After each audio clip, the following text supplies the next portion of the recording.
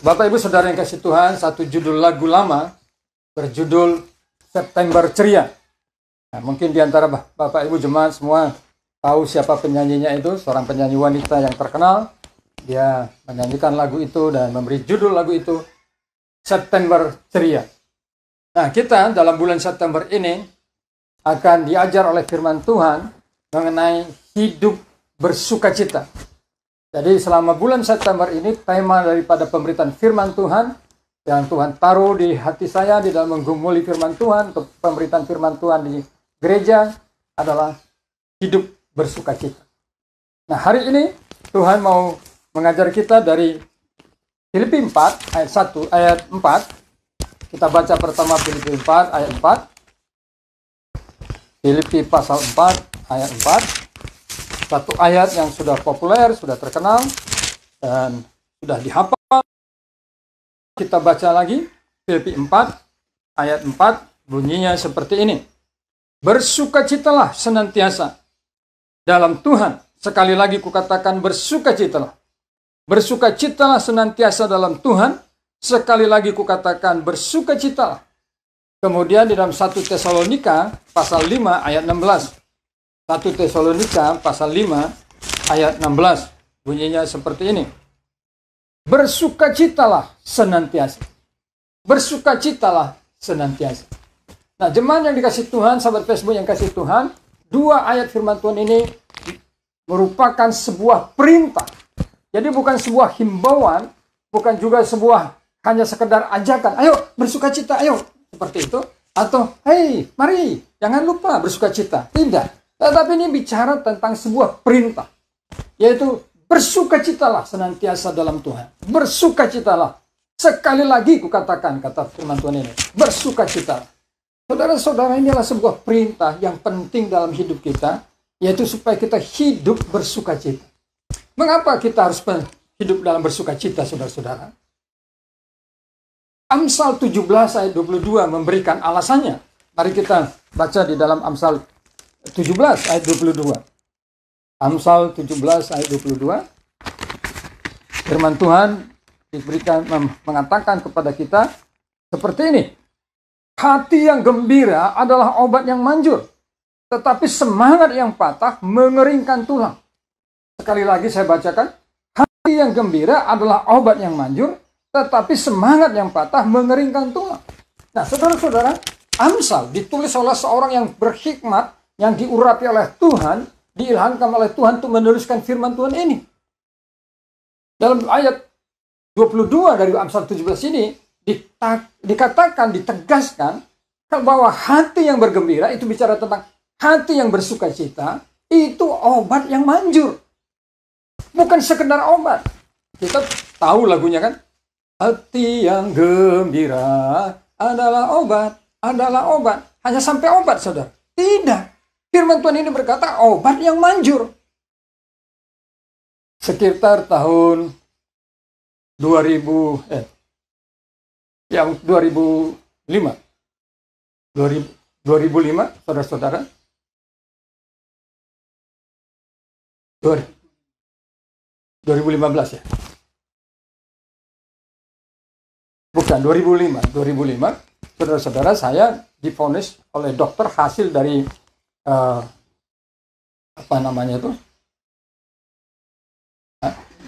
endoskopi, hasil dari endoskopi di rumah sakit ini. Dokternya sudah almarhum hari ini. Saya divonis bahwa lambung saya itu penuh dengan jamur, saudara-saudara. Bahkan satu dokter ahli, dokter kuman yang cukup terkenal, mengatakan, ya itu sudah, menurut dia sudah penuh dengan kanker.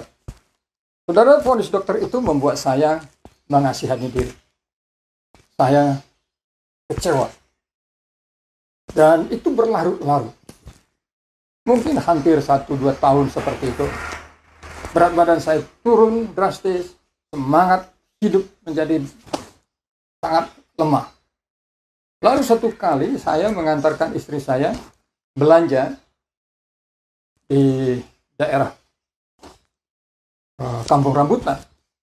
Nah, ketika dia pergi ke toko itu belanja, saya dengan anak saya yang bungsu di mobil menunggu di parkiran. Lalu saya melihat anak saya yang bungsu itu yang masih kecil, pada waktu itu masih SD. Dalam hati saya berkata, kasihan nih anak. Masih kecil, lagi bapaknya mati. Nah, di saat saya berpikir bahwa saya akan mati meninggalkan anak yang masih kecil seperti itu.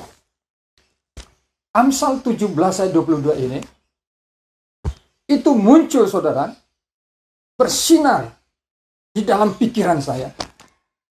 Dan yang paling menariknya sekali adalah, yang paling luar biasa adalah, ayat yang muncul itu penekanannya adalah obat yang manjur. Hati yang gembira adalah obat yang manjur. Wah, saya seperti kaget saudara, saya seperti tersentak. Saya seperti baru saja membaca ayat itu. Iluminasi dari Roh Kudus memberikan begitu terang tentang hati yang gembira adalah obat yang manjur. Karena itu sejak itu saudara-saudara saya menjaga hati saya. Saya tidak lagi mengasihani diri sendiri. Saya mulai menjaga hati saya dan sampai hari ini saya masih hidup. Bahkan kalau saya sekarang makan sambal yang pedas pun sekarang berani saudara-saudara. Kalau dulu untuk penyembuhan itu 2 tahun saya tidak pernah makan sambal, tidak pernah minum teh, tidak pernah minum kopi, tidak minum air jeruk. Karena sangat menyakitkan kalau sudah kambuh. Tetapi sekarang, firman Tuhan itu digenapi dalam hidup saya.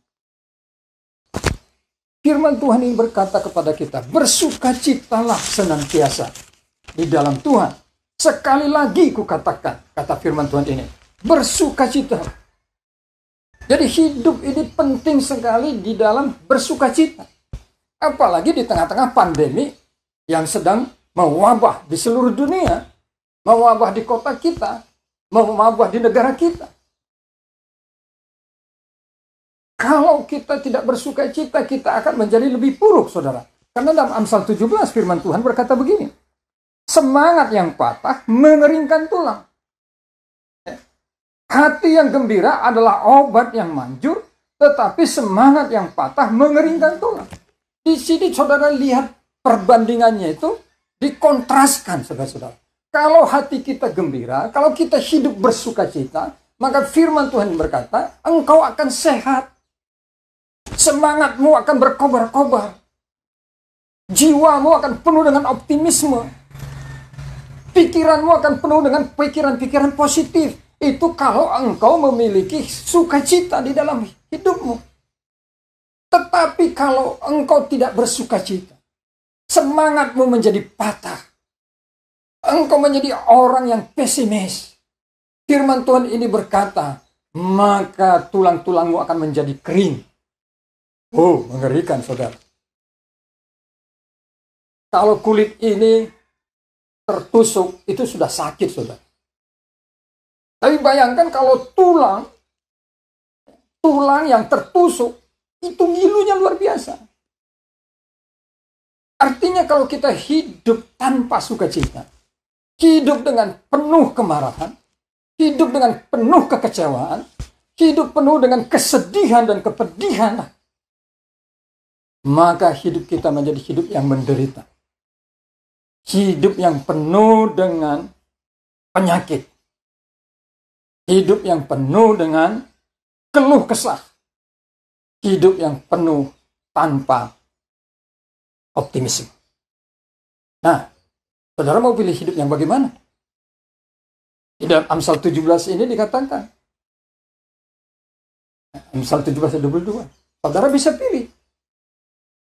Mau hatimu hidup dengan hati yang penuh kegembiraan, maka engkau akan mengalami hidup yang penuh dengan energi, tubuhmu menjadi sehat, jiwamu penuh dengan semangat, pikiranmu penuh dengan optimisme, pikiran yang baik, positif. Atau engkau hidup dengan patah semangat. Tidak ada gairah. Hidup mengasihani diri. Saya memang sudah begini, takdir saya. Saya memang anak yang begini, saya memang begini. Saudara, engkau hanya akan menjadi orang yang menderita. Karena itulah mengapa firman Tuhan dalam perjanjian baru ini berkata, bersukacitalah di dalam Tuhan, Sekali lagi kukatakan bersukacitalah, bersukacitalah senantiasa. Saudara-saudara, mungkin saudara bertanya, Pak, saya sih bersukacita karena mendapat gaji ke-14. Tapi kalau akhir bulan, susah Pak bersukacita. Karena gaji sudah habis. Saudara, firman Tuhan ini berkata apa? Bersukacitalah senantiasa. Tidak hanya ketika engkau sedang beruntung. Tidak hanya ketika engkau sedang dapat bonus. Tidak saja ketika engkau berada dalam tubuh yang sehat. Tidak saja ketika engkau mengalami hal-hal yang keberhasilan. Kalau saudara bersukacita dalam peristiwa-peristiwa seperti itu, siapapun bisa. Tidak perlu diperintahkan firman Tuhan. Tetapi firman Tuhan ini berkata, bersukacitalah senantiasa. Kata senantiasa ini berbicara tentang setiap waktu. Kata senantiasa ini berkaitan dengan segala situasi. Bapak, Ibu, Saudara yang dikasihi Tuhan. Bersukacitalah senantiasa. Wow. Saudara mungkin berkata, Pak, nggak mungkinlah kita bersukacita kalau kita lagi ditipu orang. Nggak mungkinlah kita bersukacita kalau kita sedang mengalami kerugian. Nggak mungkinlah kita bersukacita kalau kita lagi gagal. Nggak mungkinlah kita bisa bersukacita kalau kita sedang sakit. Tapi mari, saudara, kita kembali ke Mazmur 40 tadi. Di dalam Mazmur 40, bagaimana firman Tuhan menceritakan bahwa Daud di tengah-tengah penderitaannya, di dalam Mazmur 40, ayat 13, saudara. Sebab malapetaka mengepung aku, sampai tidak terbilang banyaknya. Aku telah terkejar oleh kesalahanku, sehingga aku tidak sanggup melihat. Lebih besar jumlahnya dari rambut di kepalaku, sehingga hatiku menyerah. Saudara pernah mengalami kehidupan seperti yang diungkapkan Daud? Yang pertama dia ungkapkan bahwa malapetaka mengepung hidupnya. Artinya ketika dia berjalan ke utara, di sana dia mengalami malapetaka. Dia berbalik ke selatan, dia mengalami malapetaka. Dia menuju ke timur, mengalami malapetaka. Dia berbalik ke barat, mengalami malapetaka. Malapetaka mengepung aku, kata Daud. Wah, ini suatu keadaan yang sangat menyakitkan, sangat menyusahkan. Lalu yang kedua dia berkata, sampai tidak terbilang banyaknya. Sampai tidak terbilang banyaknya. Artinya begitu banyak malapetakanya, begitu banyak penderitaannya, begitu banyak hal-hal yang menyakitkan dia jalani, sehingga dia bilang, aku nggak bisa hitung lagi. Lebih banyak jumlahnya daripada rambut di kepalaku. Saudara sudah pernah menghitung rambut? Saudara? Pasti tidak. Saya juga belum pernah menghitung berapa banyak jumlah rambut saya. Dan Daud berkata, seperti itulah malapetaka yang mengepung aku. Seperti itulah jumlah malapetaka yang mendera aku. Lalu dia berkata kemudian, bukan hanya malapetaka yang datang, dia berkata bahwa kesalahannya pun telah mengejar dia, sehingga aku tidak sanggup melihat. Dia menyadari kesalahan-kesalahannya, dia menyadari dosa-dosanya, dia menyadari kejahatannya. Dua alasan ini bisa membuat dia berkata, lebih baik saya resign sebagai raja. Lebih baik saya berhenti menjalani hidup ini. Tetapi luar biasa, saudara. Di dalam keadaannya yang dia ungkapkan dalam Mazmur 40 ayat 13 ini, dia bisa berkata di dalam ayat 17, Biarlah bergembira dan bersukacita karena engkau semua orang yang mencari engkau. Biarlah mereka yang mencintai keselamatan daripadamu tetap berkata, Tuhan itu besar. Itulah yang dikatakan kembali di dalam Filipi pasal 4. Mari kita perhatikan Filipi pasal 4 ayat 4 itu. Firman Tuhan ini berkata, bersukacitalah senantiasa dalam Tuhan. Sekali lagi, kukatakan bersukacitalah. Saudara tahu, firman Tuhan ini berkata, ayo engkau menjadi orang yang hidupmu bersukacita. Dan Daud berkata dia bisa bersukacita walaupun malapetaka mengepung hidupnya. Malapetaka itu begitu banyak, bahkan kesalahannya begitu banyak, dia bisa bersukacita. Saudara, kalau kembali kepada surat Filipi, ada dua alasan penting. Sebenarnya tidak mungkin Paulus atau firman Tuhan ini ditulis. Ya. Perintah untuk bersukacita. Kenapa? Karena Rasul Paulus yang dipakai Tuhan diilhami Roh Kudus untuk menulis firman Tuhan ini sedang ada di dalam penjara. Ia ada di penjara Romawi, saudara-saudara. Menurut buku-buku yang saya baca, penjara Romawi itu ada lorong-lorong yang dalam. Dan Paulus berada di dalam lorong seperti itu. Tangannya dirantai, dihubungkan dengan rantai pengawalnya. Jadi di dalam keadaannya yang tidak bebas. Di dalam keadaannya sebagai seorang terpenjara. Dia seharusnya berputus asa. Dia seharusnya bersungut-sungut. Dia seharusnya menyesali diri. Tetapi tidak seperti itu. Di dalam keadaannya yang terpenjara itu, dia berkata kepada jemaat yang dilayani. Firman Tuhan berkata melalui dia dengan berkata, bersukacitalah senantiasa. Jadi walaupun di penjara, Rasul Paulus bersukacita. Nah, kalau kepada keadaan yang kedua, alasan yang kedua, sebenarnya pernyataan perintah ini tidak patut, adalah keadaan jemaat Filipi. Apa yang terjadi dalam keadaan jemaat Filipi? Perhatikan pasal 4 ayat 1 bunyinya seperti ini. Ayat 1 dan 2. Karena itu saudara-saudara yang kukasihi dan yang kurindukan, sukacitaku dan mahkotaku, berdirilah juga dengan teguh dalam Tuhan. Hai saudara-saudaraku yang kekasih, Euodia ku nasihati dan Syntyche ku nasihati, supaya sehati sepikir dalam Tuhan. Jadi di jemaat ini sedang terjadi konflik antara dua pemimpin wanita.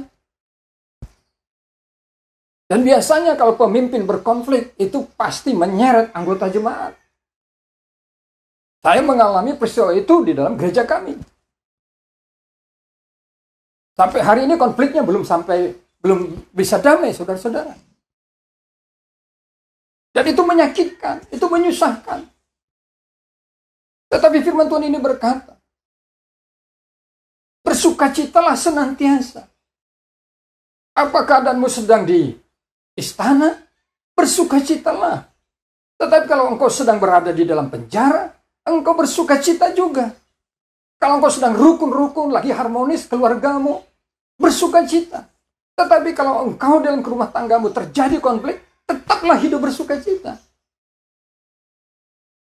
Wow, ini perintah yang susah kan? Pasti kita bilang, Pak, nggak mungkin, Pak, nggak mungkin. Karena itu firman Tuhan ini berkata, bersukacita itu dasarnya bukan keadaanmu. Bukan situasi ekonomimu. Bisa hidup bersukacita itu bukan karena situasi kesehatanmu sedang baik. Firman Tuhan ini berkata, bersukacitalah senantiasa dalam Tuhan. Mengapa Rasul Paulus bisa bersukacita walaupun dia terpenjara dan terpelenggu? Karena dia menjadikan Tuhan sebagai dasar sukacitanya. Mengapa dia berkata bersukacitalah walaupun di tengah-tengahmu ada konflik? Karena dia berkata bersukacitalah di dalam Tuhan. Jadikanlah Tuhan sebagai dasar sukacita. Mengapa Daud bisa bersukacita di tengah-tengah malapetaka mengepung hidupnya, di tengah-tengah kesalahan mengejar dia, adalah karena dia menjadikan Tuhan sebagai sukacitanya. Ayub adalah seorang yang sangat saleh.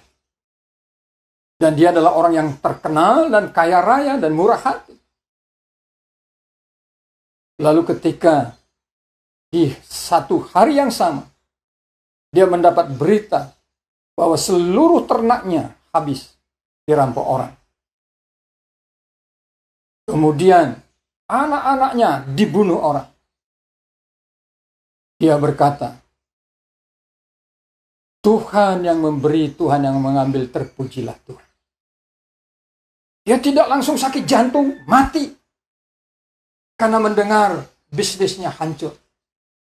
Dia tidak langsung sakit jantung atau dia stroke karena dengar anaknya dibunuh. Tidak. Dia berkabung. Dia bukan berkata, haleluya, puji Tuhan, anakku sudah mati. Tidak. Dia berkabung. Tapi di dalam berkabung itu, hatinya tetap teguh, hatinya tetap mantap. Dia berkata, terpujilah Tuhan. Dia yang memberi, dia yang mengambil. Kenapa? Dia lihat, dia jadikan Tuhan sebagai dasar, fondasi dalam kehidupan. Bapak Ibu jemaat yang kasih Tuhan, rahasia hidup bersukacita dalam firman Tuhan ini adalah saudara harus jadikan Tuhan sebagai fondasi, pegangan, sandaran yang kokoh akan hidup. Itu saudara, artinya saudara harus tahu siapa Tuhan. Saudara harus mempunyai pengetahuan yang benar tentang Tuhan yang engkau percayai.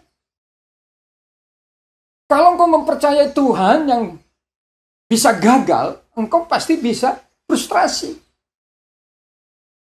Tetapi engkau harus berdiri di dalam pengenalan yang benar akan Tuhan. Jangan hanya berkata, oh saya percaya Tuhan Yesus, saya percaya Tuhan Allah, saya percaya Roh Kudus. Tetapi ketika diminta saudara menjelaskan Tuhan Yesus yang bagaimana yang engkau percayai, saudara bingung. Harus mau mengenal Tuhan yang saudara sembah. Jadi jangan kita menjadi jemaat yang hanya, pokoknya saya percaya Tuhan lah, gak usah belajar lah. Tidak, saudara harus belajar, saudara-saudara. Di dalam Efesus pasal 1, ayat 15-16, Paulus berdoa. Paulus berdoa bahwa dia minta supaya Tuhan memberikan iluminasi, memberikan pengenalan, agar jemaat Efesus mengenal Allah secara benar. Karena apa? Kita hidup di tengah-tengah masyarakat yang semuanya berkata percaya Allah, percaya Tuhan. Apakah saudara mempercayai Tuhan yang sama dengan yang dipercayai oleh tetanggamu yang tidak kenal Yesus? Saudara harus mempunyai pengenalan yang benar tentang siapa Tuhan yang saudara sembah. Daud berkata, bergembiralah hai engkau yang mencari Tuhan. Karena dia kenal betul siapa Tuhan. Dia kenal betul siapa Tuhan. Kita harus tahu siapa Tuhan yang kita sembah. Bahwa Tuhan yang kita sembah adalah Tuhan yang kekal adanya. Dia tidak berubah. Tuhan Yesus adalah Tuhan Yesus yang tidak berubah. Dahulu, sekarang, sampai selama-lamanya. Jadi kalau keadaanmu berubah, itu tidak berarti Tuhan ikut berubah. Jadi jangan waktu dompet tebal, haleluya, puji Tuhan.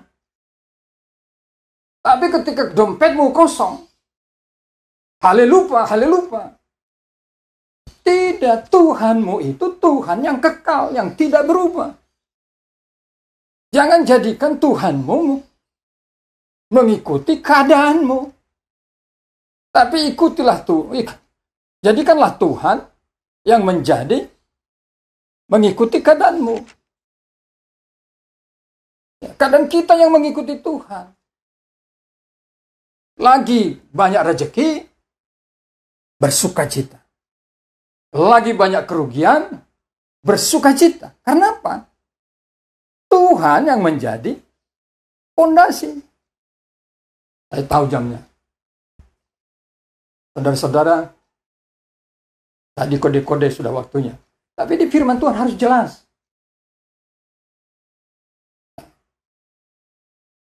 Saudara, yang pertama harus saudara tahu, Tuhan itu kekal.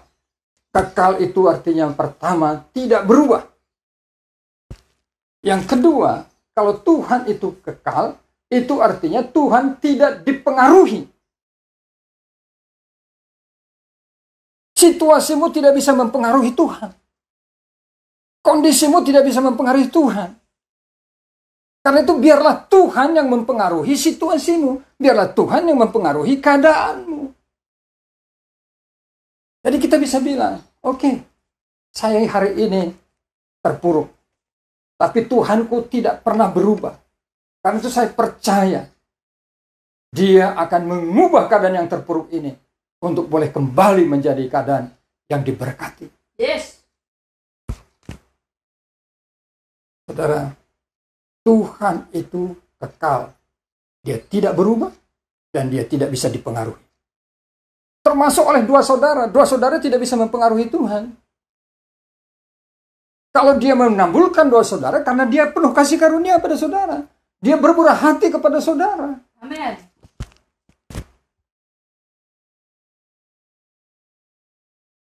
Yang pertama, kenali Tuhan itu adalah Tuhan yang kekal. Yang kedua, Tuhan itu adalah Tuhan yang maha kuasa. Tuhan yang maha kuasa. Dunia ini diciptakan oleh kuasa Tuhan. Firman Tuhan berkata dalam Kejadian pasal 1 dan 2, bagaimana Tuhan menciptakan alam semesta ini hanya dengan berfirman. Dia nggak memerlukan pertolongan orang lain. Dia nggak memerlukan pertolongan malaikat. Dia berkata, jadilah maka terjadi. Itu kuasanya, hebat luar biasa. Kita harus punya pengenalan seperti kepala perwira yang meminta tolong kepada Yesus supaya Yesus menyembuhkan pembantunya. Yes. Waktu Yesus mau datang ke rumahnya, dia berkata, Tuhan, engkau tidak perlu datang ke rumah saya. Cukup engkau berbicara saja, pembantuku akan sembuh. Dia punya iman seperti itu karena dia kenal Yesus itu berkuasa. Mari miliki keyakinan akan hal itu. Pengenalan akan hal itu. Tuhan itu berdaulat dalam hidupmu. Berkuasa dalam hidupmu. Kenali Tuhan sebagai Tuhan yang kekal. Kenali Tuhan sebagai Tuhan yang maha kuasa. Saudara, kalau saya mau sebutkan semua sifat-sifat Allah yang sempurna, di jam kebaktian kita bisa 2 jam. Karena itu dua hal ini untuk minggu ini, rahasia hidup bersukacita. Kalau saya bersukacita, saya akan sehat. Kalau saya tidak hidup bersukacita, penyakit akan datang. Karena itu saudara katakan, saya mau hidup bersukacita. Yang kedua, saya bersukacita tidak ditentukan oleh situasi dan keadaan saya, tapi saya bersukacita karena saya di dalam Tuhan yang kekal, yang tidak berubah, di dalam Tuhan yang maha kuasa. Praktekkan itu sepanjang minggu ini. Saudara akan lihat luar biasa kehidupan saudara. Mungkin mobil saudara masih tetap sama, tapi saudara menjalani hidup menjadi berbeda. Jangan selalu ukur hidup berkelimpahan dari materi yang saudara miliki. Tapi ukurlah bagaimana gairah hidup, sukacita hidup, kegembiraan hidup, semangat hidup yang diberkati Tuhan. September adalah September ceria. Karena itu mari kita menjalani hidup bukan hanya bulan September, tetapi mulai bulan September ini kita jalani hidup tanpa lagi sungut-sungut, tanpa semangat yang lemah, karena itu akan membawa penyakit. Tapi kita akan hidup bersukacita senantiasa dalam Tuhan, karena kita akan sehat, diberkati, memuliakan Tuhan. Haleluya. Mari kita berdoa.